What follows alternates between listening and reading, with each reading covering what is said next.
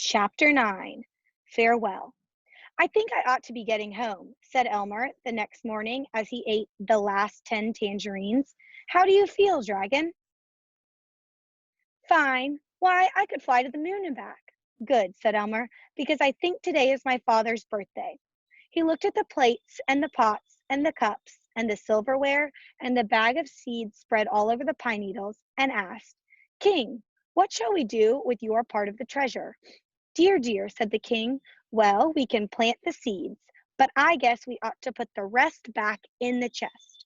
But my gold, I must have my gold. I insist upon at least one silver spoon, cheeped the queen. Then I'll save out the seeds and a spoon and 3 pieces of gold, suggested Elmer, who was anxious to be off. Better make it 5 pieces of gold, said the king. I really ought to give one to Flute. Elmer packed the chest and gave the key back to the king. Shall we bury it again? He asked. I suppose so, said the king with tears in his eyes. I hate to think of it way down there, but at least it will be safe from robbers. But never mind about putting back the dirt. We can do that ourselves. So the dragon carefully lowered the chest into the hole while Elmer put away the shovel.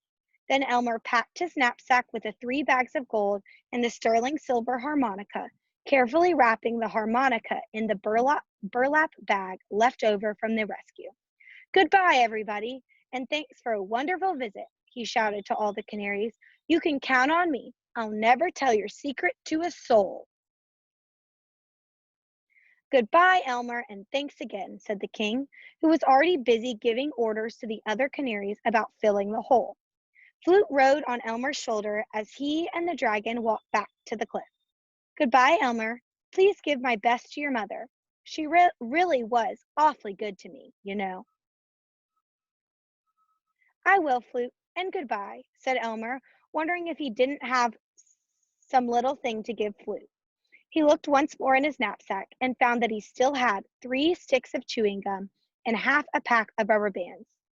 I don't suppose you'd like to have these, he asked.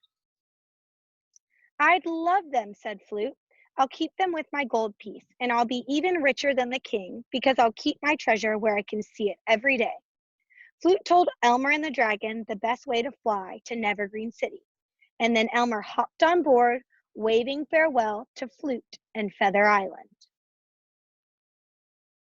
And here's Flute with his newfound treasures, and Elmer and the dragon flying home. All right, we are going to stop right there.